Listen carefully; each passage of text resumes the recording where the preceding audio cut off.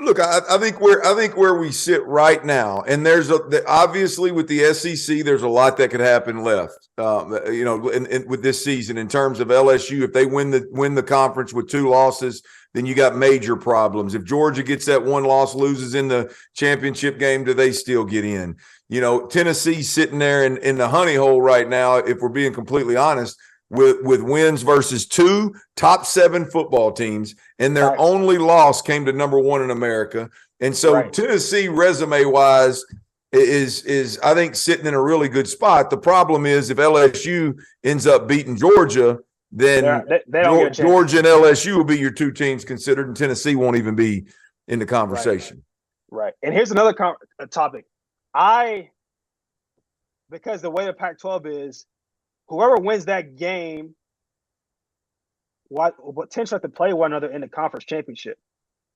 So that's going to be tough for me because Oregon and USC will play each other, and potentially, could those same 2 teams see each other like in the conference? Yeah, I think so. Right, and so I don't see any. So they don't play USC in the regular season. No. Oh, I thought. Nope. Okay. Then UCLA has USC. Those all the teams that are all 4 teams that are in contention to be in the championship. There's 2 big monster games. Okay, I see nobody. I just don't see anybody from the Pac-12 making it. So then you get the Bama, 2-loss Bama, and they don't have an SEC championship. They're not getting in. Then you got the beloved, the orange and the purple and white, the Clemson Tigers. Sneaking back into the playoffs, baby. Sneaking back in. Look, we're gonna hopefully I ain't gonna say we're gonna have the definitive wins. We're gonna win these next 3 games. We're gonna be sitting in nice 11-1. Go play probably Drake May. He's gonna have all his Heisman hype. Knock the boys off. And then it's gonna be playoff time. I'm gonna be serving pizza like we always do. And it's gonna be coming in number 4, the Clemson Tigers. Playing Georgia. Now, I don't know if I want to see that, but that's my theory of how it's going to play out. We'll see. Hey, all right. Now Wrench is through talking with his heart. Now, I mean, Hack, you look like you got something on your mind, bud. Go ahead and let it out. Hell. Yeah, I mean, I have made the argument, and I know you may disagree with this, Clint, but I have made the argument that I think when you look at these teams in terms of consistency, talent, I will take historical data into this, that if everything shakes out in a certain manner, like I said, I think if the Ohio State game's really close, Ohio State, Michigan game's really close, TCU trips up, Oregon trips up or an SC trips up. I think you can make the argument that 2 SEC teams and 2 Big Ten teams would represent the 4 best teams in America in terms of consistency, right? I think that there's a legitimate argument to that, right? 100%. Do I think that that's going to happen? No.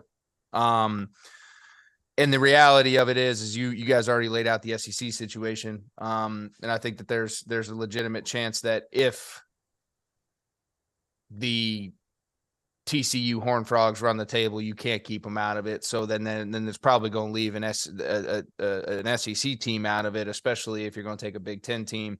Because I do not think that the Pac-12 is dead. I think that the Pac-12 has a legitimate representation, and I think it's sitting securely in Eugene, Oregon, just because of the fact that they went and played one of those neutral site games in Atlanta with a brand new head coach who just came from that program.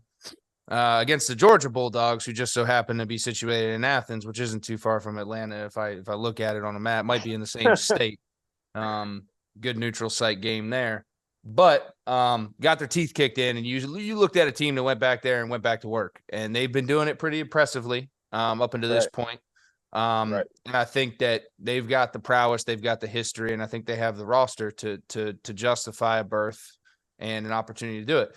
And it's part of our jobs, right? We're sitting here as media guys and we're talking about this and Wrench, I know you like your hypotheticals, but there's a lot of ball left. I'm a guy who likes to continue to watch it. I think there's still some development to happen with some of these teams, and that's what I'm excited for. Specifically with the Big Ten, I'm excited to watch this Ohio State-Michigan game because that's going to sort a lot of things out and answer a lot of questions. I think you make a very astute point, Clint. I think the Tennessee team's kind of sitting there in position A. if they're going to be a sneak in for a second conference team, Right. they're in position A.